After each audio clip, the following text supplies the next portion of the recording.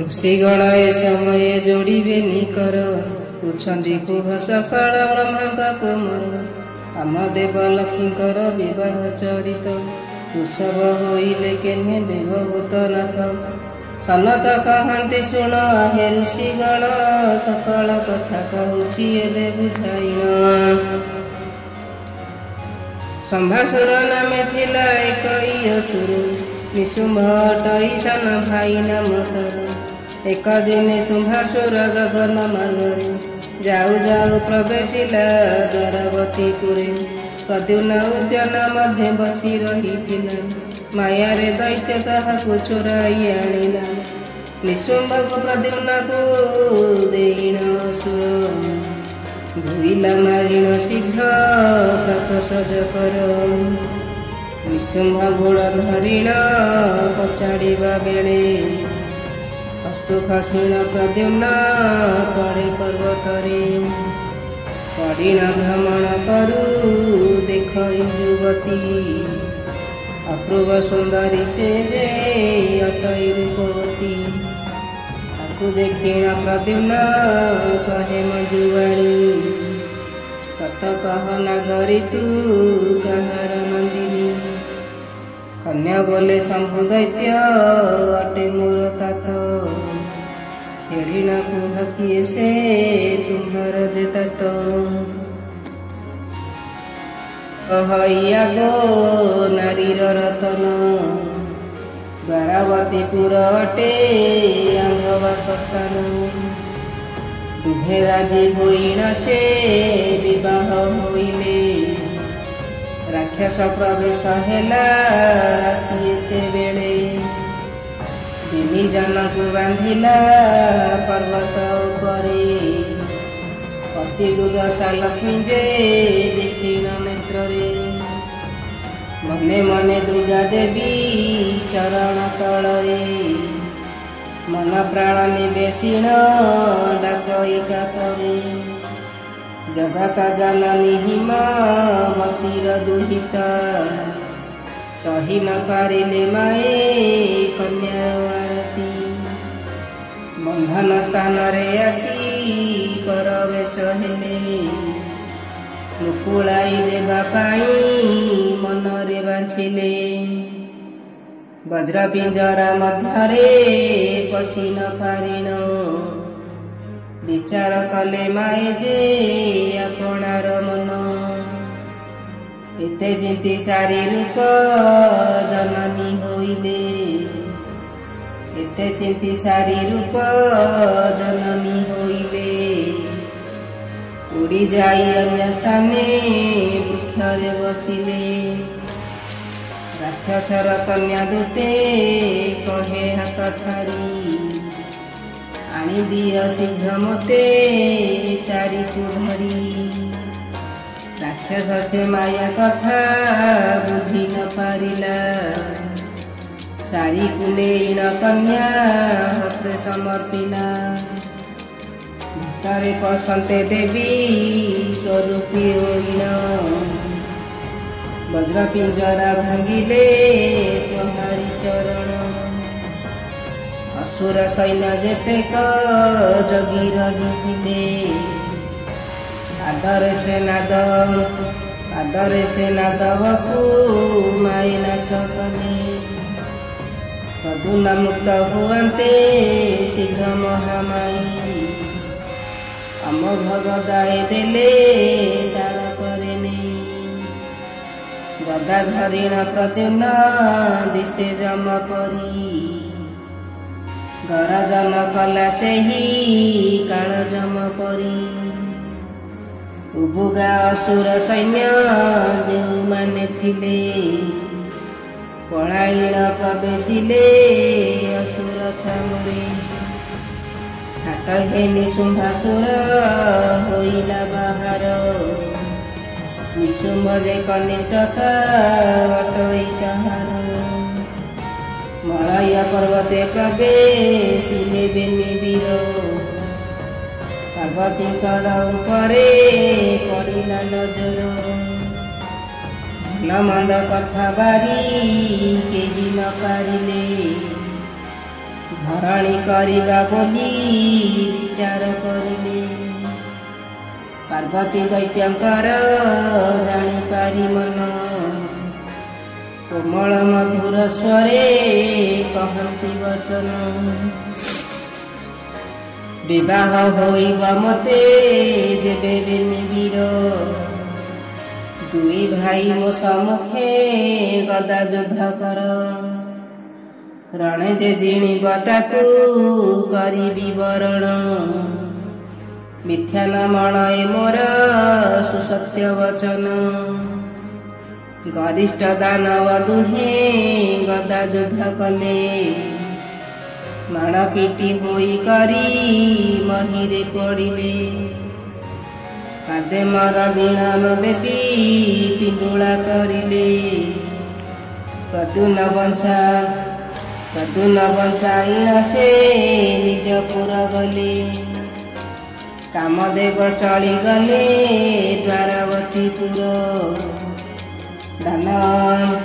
ଦାନବ ସୁତା ଲକ୍ଷ୍ମୀଙ୍କୁ ନେଲେ ସଙ୍ଗତର। ଏଥୁ ଅନ୍ତେ ଋଷିମାନେ ଶୁଣ ଦେଇ ମନ, ଶିବ ବୃଷଭ ହୋଇଲେ କହିବି କାରଣ। କାମର ପ୍ରଭାବ ଠାରୁ ବଳି କେହି ନାହିଁ, ଜୀବଜନ୍ତୁ କି ମନୁଷ୍ୟ ହୋଇଥାନ୍ତି ମୋହି। ହରେ ନାରଦ ପଡ଼ିଲେ କାମର ମାୟାରେ, ନାରୀ ପାଲଟିଣ ଗଲେ ବିଷ୍ଣୁଙ୍କ ମାୟାରେ। ବିଷ୍ଣୁ ମୋହିନୀ ହୋଇଲେ ବାଣ୍ଟିବାକୁ ସୁର, ଦେବ ରାକ୍ଷସ ସେ କାଳେ ହେଲେ ଧରାପର। ନବକନ୍ୟା ସାଗରରୁ ଦୈତ ଘେନିଲେ, ମହାନନ୍ଦରେ ନିଜ ପୁରେ ଚଳିଗଲେ। ପାତାଳକୁ ଚଳିଗଲେ ଦେବ ନାରାୟଣ, ନବକନ୍ୟା ଘେନି କରି କଟାଇଲେ ଦିନ। ବହୁ ଯୁଗ ବହିଗଲା ସେ ନ ଫେରିଲେ, ଦେଖି କରି ଦେବଗଣ ବ୍ୟାକୁଳ ହୋଇଲେ। ବିଧାତା ପ୍ରବେଶ ହେଲେ ଶିବଙ୍କ ବ୍ରତେ, ବୋଇଲେ ବୃଷଭ ରୂପେ ଯାଅ ତୁମ୍ଭେ ମତେ। ନାରାୟଣ ରହିଛନ୍ତି ପାତାଳ ନବରେ, ଯାଅ ଆଣିବ ତାହାଙ୍କୁ ବୈକୁଣ୍ଠପୁରେ। ଭ୍ରାତାଙ୍କ ବଚନ ଶୁଣି ଦେବ ହର, ବୃଷଭ ରୂପ ଧରିଲେ ମହାଭୟଙ୍କର। ପାତାଳପୁରକୁ ସେହି କରନ୍ତେ ଗମନ, ଜଗତ ଅଟାଳି ସବୁ ସିଙ୍ଗେ କଲେ ଚୂର୍ଣ୍ଣ। ବିଷ୍ଣୁଙ୍କ ଥିଲେ 10 ଅୟୁତ କୁମାର, ବୃଷଭ ଦେଖି ଧାଇଲେ କୋପେ ଗୁରୁତର। କେ ଧରିଛି ଲାଞ୍ଜ କେହି ଧରଇ ଚରଣ, ରାଗେ ବୃଷଭ କାହାକୁ ଦିଏ ପକାଇଣ। ତଳେ ପଡ଼ିଣ କରିଲେ ପାଦରେ ମରଣ, ସିଂହଘାତେ କେଉଁ ସୁତ ପରାଣ ତେଜଇ। ଏପରି 10 ଅୟୁତ ବିଷ୍ଣୁଙ୍କ ନନ୍ଦନ, ବୃଷଭ କରେ ଚଳିଲେ ସମନ ସଦନ। ଦେଖି କରି ନାରୀ ମାନେ କରିଲେ କାରୁଣ୍ୟ, ବାହାରିଲେ ପୁତ୍ର ଶୋକେ ଦେବ ନାରାୟଣ। ବୃଷଭ ରୂପୀ ହରଙ୍କ ସଙ୍ଗରେ ଶ୍ରୀହରି, ଯୁଦ୍ଧ କରୁଛନ୍ତି ଚୋଖା ଅସ୍ତ୍ରମାନ ମାରି। ଫୁଲ ମଣ୍ଡା ପରି ଲାଗେ ବୃଷଭ ଶରୀରେ, ଝଡ଼ି ପଡ଼େ ଅସ୍ତ୍ରମାନ ସମସ୍ତ ମହିରେ। ଚିହ୍ନିଲେ ଜଗତନାଥ ଏ ଦେବର ମାନ, ଯୁଦ୍ଧ ଅପେକ୍ଷା କରିଣ ଦେଇ ଦର୍ଶନ। ସଖର କହନ୍ତି ଚାଲ ବୈକୁଣ୍ଠପୁରକୁ, ସରସ୍ୱତୀ ଚାହିଁଛନ୍ତି କମଳିଆ ବର। ହେମନ୍ତ କହିଣ ହରି କରିଲେ ଗମନ। ବୁଲନ୍ତି ବୈକୁଣ୍ଠେ ମଧ୍ୟେ ଆଣ ସୁଦର୍ଶନ। ସୁଦର୍ଶନ ଆଣିବାକୁ ଗଲେ ନାରାୟଣ। ବେଢ଼ି ଗଲେ ଚଉକତି ନାଗରୀ ରତନ। ଟାଣି ଧରିଲେ ବିଷ୍ଣୁକୁ ଦେଖି ଦେହ ଦେବହର। ଅଭିଶାପ ଦେଲେ ତାଙ୍କୁ ହୋଇ କୋପହର। ନାରାୟଣକୁ ଧରି ବୈକୁଣ୍ଠ ଗଲେ। ସଦାଶିବ ଯାଇ କୈଳାସରେ ବିଜେ କଲେ। ପାର୍ବତୀଙ୍କ ପାଶେ ସର୍ବ କହିଲେ ବୁଝାଇ। ଶୁଣି ସତୀ ଗଲେ ତହିଁ ପାତାଳକୁ ଧାଇ। ନାରୀମାନଙ୍କୁ ସାପରୁ ମୁକ୍ତି କରିଲ। ଦିବ୍ୟ ଗତି ଦେଇଗଲେ ସରଗ ଭୁବନ। ଏଥୁ ଅନ୍ତେ ଋଷିଗଣ ହରସ ହୋଇଲେ। ଆଡ଼ିସୁର ବଧ କଥା ପୁଛନ୍ତି ସଧୀରେ। ହସି ହସି କହୁଛନ୍ତି ସନତ କୁମାର। କେନେ ମଦ ହେଲା ଶୁଣ ଆଡ଼ି ମହାସୁର। ଆଡ଼ି ନାମରେ ପୂର୍ବେ ଏକ ଦୈତ୍ୟ ଥିଲା। ସ୍ୱର୍ଗପୁର ନେବା ପାଇଁ ବିଚାର କରିଲା। ଘୋର ତପସ୍ୟା କରିଲା ତହିଁ ଦୈତ୍ୟ ରାଣ। ବ୍ରହ୍ମା ଅମର ବର ଯେ କରିଲେ ପ୍ରଦାନ। ଆବାର ବୋଇଲେ ବଶ୍ଚ ମରଣ ତୋହର। କହୁଅଛି ବାରେ ତୁହି ଅବଧାନ କର। ଯେ ନାରୀ ବଳେ ତୋତେଟି ଗର୍ତ୍ତକୁ ଖେପିବ। ସେହି ଦିନ ଜାଣିଥାରେ ତୁ ପରାଣ ଯିବ। ୟଶ ବର ପାଇ ଅସୁର ମହି ସେ କାନନେ। ପାର୍ବତୀଙ୍କୁ ଦୈତ୍ୟ ଦେଖି ପାରିଲା ନୟନେ। ପାର୍ବତୀଙ୍କୁ ଦେଖି ଦୈତ୍ୟ କରଇ ବିଚାର। ଶିବଙ୍କୁ ମାରି ନଏକୁ କରିବି ନିଜର। ହେମନ୍ତ ମନେ ବିଚାରି ସର୍ପରୂପ ହୋଇ। ଶିବଙ୍କ ଗୃହ ମଧ୍ୟରେ ପଶିଲା ସଦାଇ। ନାରୀ ରୂପ ହୋଇ ଶୁଏ ଶିବଙ୍କ ପାଖରେ। ଖଣ୍ଡା ବାନ୍ଧିଲା ଅସୁର ଭଗର ଦୁଆରେ। ଶିବଙ୍କ ଲିଙ୍ଗ କାଟିବ ଭାବିଣ ଅସୁର। ଖଣ୍ଡାକୁ ବାନ୍ଧିଲା ନେଇ ସେ ଭଗର ଦ୍ୱାର। ଜାଣି ସଦାଶିବ ଲିଙ୍ଗେ ଖଣ୍ଡାକୁ ବାନ୍ଧିଣ। ଦୈତ୍ୟର ଅସ୍ତ୍ରକୁ କରି ଦେଲେ ଶକ୍ତିହୀନ। ମାଟି ପିଣ୍ଡ ପରି ତାକୁ କରିଲେ ଈଶ୍ୱର।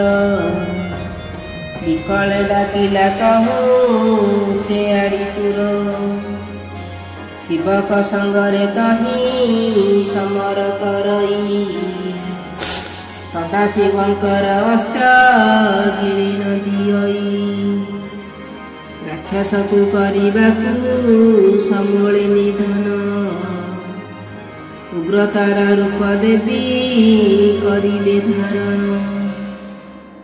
ଅସୁରକୁ ଗିଳି ଦେଲେ ହୋଇଲା ବିନାଶ।